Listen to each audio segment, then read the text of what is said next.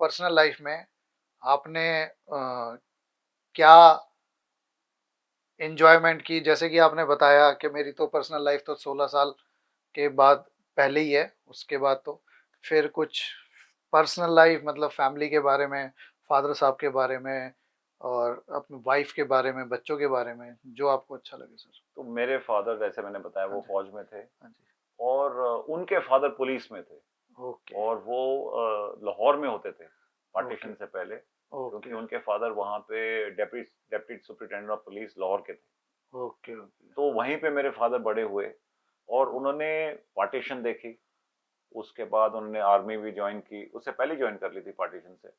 और फिर 1948 की जो लड़ाई थी वो हाँ, देखी, 62 की चाइना की लड़ाई देखी, 65 की पाकिस्तान की लड़ाई और 71 की पाकिस्तान की लड़ाई, तो वो पूरा देखी। और आज उनकी एज 101 की है। अभी वाओ! अगस्त 13 को 101 की हुआ। और यहीं मैं उनके साथ रहता हूँ। अ, हाँ, मेरी वाइफ हैं, मैं उनको मिला था 1981 में, जब मैं आईएमए में था, मिलिट्री एकेडमी में लास्ट साल में। उनके फादर वहाँ पे प्रिंसिपल थे। ओके, तो हमारी मुलाकात टेलीफोन के ऊपर हुई। उस समय मोबाइल तो होते नहीं थे। हाँ, तो मैंने उनको एक, जैसे बोलते हैं ना, अनोनिमस कॉल की, लैंडलाइन के ऊपर, हाँ, ऐसी बात करने के लिए। और बहुत मुश्किल से 10-15 हाँ, दिन ट्राई करने के बाद हमारी बात स्टार्ट हुई। ओके, और वहां से जाके फिर हम, मैंने उनको बोला कभी नहीं मिलेंगे हम, मगर हुँ, बात करेंगे फोन पे। हाँ। फिर मिले और फिर चिट्ठियां लिखते थे और फिर हमारी एंगेजमेंट हुई 4 साल के बाद। और फिर और उस 5 साल के ज़माने में बाद, आपने लव मैरिज कर ली थी सर। हाँ, 5 साल के बाद हमारी शादी हुई। और अभी हमको मिले हुए हो गए 42 ईयर्स हो गए। आज के टाइम में सर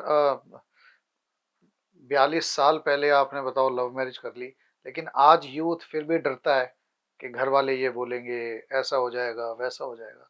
तो आप क्या कुछ मैसेज देना चाहोगे यूथ को नहीं, सर? मैं नहीं समझता हूँ यूथ को डरना चाहिए, क्योंकि आपने जो मान लो अपनी प्रोफेशन चूज की है, हाँ जी, आपने चूज की ना, बिल्कुल, तो आप अपनी वाइफ क्यों नहीं चूज कर सकते? बिल्कुल, राइट सर। अगर आप चूज कर सकते हो कि मेरे को ये रेस्टोरेंट में जाना है, हाँ, अब मैंने ये बनना है बड़े होके, हाँ, तो ये वाली सिचुएशन जो है अपनी वाइफ को चूज करने की, हम क्यों घबराएं?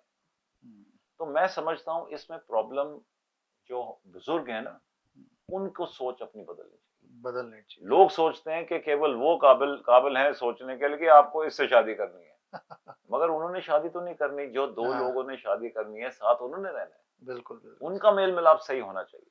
बिल्कुल, उसके बिल्कुल। अलावा आपने जो और बाकी देखना है कि फैमिली कैसी है, किधर के हैं, क्या बिल्कुल, रहन सहन है, वो आप देख सकते बिल्कुल, हो। मगर बिल्कुल। जो दो लोग हैं, वो ज्यादा मैं समझता हूँ इम्पोर्टेंट है। बिल्कुल, तो बिल्कुल, मैं तो यही कहूंगा, सबको अपना पार्टनर खुद चुनना चाहिए। बिल्कुल।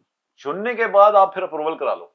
जैसे हुँ, आप कुछ भी करते हो लाइफ में बड़ा, हुँ, तो आप अप्रूवल लेते हो अपनी फैमिली से, हुँ। इसी प्रकार से। मगर चूज आपको करना चाहिए। चूज़ आपको करना चाहिए। क्योंकि एक इंग्लिश में कहावत है, हुँ, marry in haste repent at laser.